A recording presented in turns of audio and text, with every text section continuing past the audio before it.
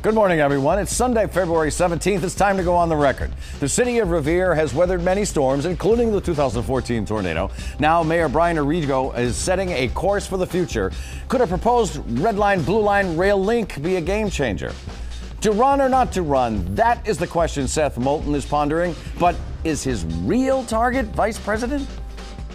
Gauging new presidential candidate Elizabeth Warren's level of support right in her own front yard. From WCVB Channel 5, the inside word from Washington to Beacon Hill. Today's newsmakers are going on the record. Good morning, everyone, and welcome to OTR. Can you believe we're halfway through the month of February already? I'm Ed Harding, along with News Center 5's political reporter Janet Wu. Great to have you with us this morning. And our guest this morning is the Revere Mayor, Brian Arrigo. He is a Democrat. He was born and raised in Revere, proudly still lives in Revere, right, sir? Yes, sir. Two thumbs up to that. Elected mayor in 2015. He has worked as a budget manager for the MBTA and the city of Somerville. And he has a degree in government from Suffolk University. It's great to have you with us. Thanks for joining us. Great to be here. On the record. Thank you. So let's jump right into it. Revere was instrumental in wooing Amazon back when it was deciding whether it's going to build a second headquarters here or not. Now the Washington Post, owned by the same guy that owns Amazon, of course, reports that the behemoth is rethinking its Brooklyn choice. How serious are you taking this, and should Revere gear up for another courtship? So what we've always said is that we're open for business, and if there were an opportunity to re-court Amazon, I think we would take that opportunity to bring what we have to offer in Revere, especially at Suffolk Downs, back to the table. Which is what we're looking at right here, by the way. This is the footage of Suffolk Downs. So do you think they are saying this because they are seriously thinking about rethinking their decision, or do you think if they're using it as a sort of a ploy to threaten Brooklyn? I mean, what do you consider it? Yeah, it seems like the pushback that they got, especially around the incentives, is really driving this, and I think there may be some real question whether or not it can get done. Again, we're set up to be able to take advantage of the opportunity that we have, especially at Suffolk Downs. And if Amazon came back on, we'd be interested in having that conversation. If not, we're going to look forward to having innovative economy of folks down there and build an economy at Suffolk Downs. In fact, you do have plans to do that right now. Is that we absolutely do? Can you give us just a quick summary of where things stand and how encouraged you are that you're going to be able to do this, especially in light of transportation, which is a question that we'll get into a little bit later? Right. So the City Council passed a special permit for the Suffolk Downs property. The first phase of that will start later this year. That'll include innovation center, hotel, mixed use, retail, residential, restaurant space. We know that that's going to happen regardless. How soon do you think there'll be actually shovels in the ground for something There'll be like shovels in the ground later this year. So if Amazon decided to rethink this, what would you do? Just reorganize everything to make room for them? We could. That site is so big. It's 161 acres, 40% of it in Revere, and the opportunity for developable land there is significant. So you could have 16 million square feet of developable property.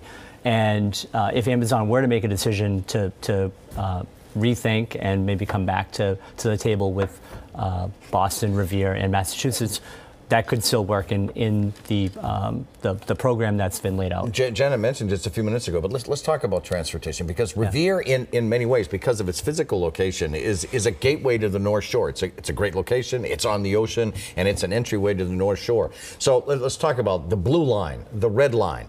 First, what about just a pedestrian connection? I'm curious about that. What do you think about that? So what we've talked about, and what I've talked to the FMCB about and the T about FMBC? Is Financial Control Board for the MBTA.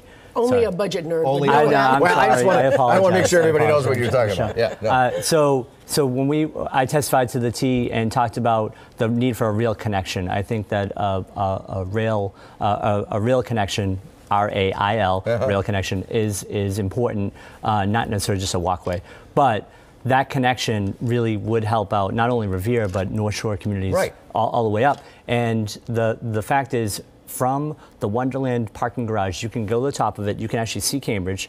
you just can't get there, right? And so making that connection is really important, especially if we're talking about the redevelopment of Suffolk Downs. Yeah, but you wouldn't want to Wonderland. talk about it as part of a 2040 plan, because that's what, 20 some odd years in the future here. Well, the 2040 plan is the first step, right? Yeah. And so it's getting, and initially the T didn't even want to put it on the 2040 plan. They were saying it was a bigger idea that they'd think about after 2040. What we had pushed for was to get it onto the 2040 plan, and then now the real work is in making sure that there's engineering work done, and that there are potentially an earmark in a transportation bond bill to move that forward. I think that people understand the value of that connection, and a lot of what we talked about with Amazon especially was the need for public transportation investment. And this is one investment that could unlock a lot of potential. So you're feeling pretty confident this is going to happen, or you're just sort of 50-50? No, I feel very confident it's going to happen. Better than 90% chance? Better than 90% chance. Whoa, Yeah. okay. Better than 90. So let's switch the conversation over to schools. It is the biggest budget item for most communities. Governor Charlie Baker unveiled a big plan to pump more money into education, but more than half of it goes to 11 communities. Revere is not one of them. Have you calculated how much you would actually get, and do you think middle-class communities like Revere are sort of being punished for handling their resources pretty well? So we have made the calculations. I will say that the governor's proposal is a good first step, and I think there's going to be a lot of conversation. Obviously, this is going to be a priority for the legislature, for the governor to fix the funding formula. What we have struggled with is the counting of our economically disadvantaged children. Some of that was taken into account for what the governor was laying out. The governor's timeline is a 7-year plan. We need to do better than 7 years, and I think that that's part of what will happen with whatever happens in terms of the legislature when we're lucky to have the Speaker of the House represent the city of Revere. So we know that we'll be in good shape. But it is a good first step, and I think what we've done over the last couple of years is had to fight and scratch for every nickel and dime. Well, speaking of nickels and dimes, you were talking about going to the top of the parking lot at Wonderland, and you can see Cambridge. Right. You don't have to go to the top of the parking lot. You can see this giant casino that's being erected in Everett. Your neighbor, really. Right. Yet the city of Revere won't get a dime, if I have it correctly, from the casino at all. So it's affecting you in many ways. Do you have worries? And what are you going to do to prepare for what is likely an influx of gamblers? Right. So one point that you mentioned is that we won't get a dime. Unfortunately, we were not considered a surrounding community agreement. The previous administration refused to kind of apply to be a surrounding community agreement. We've talked to the Gaming Commission about that, from my opinion, the unfairness of it, because we literally share a border. Amended or whatever. We literally share a border, so we've been in conversation about that, and that's something that we would like to kind of fix. Do you think it can be fixed?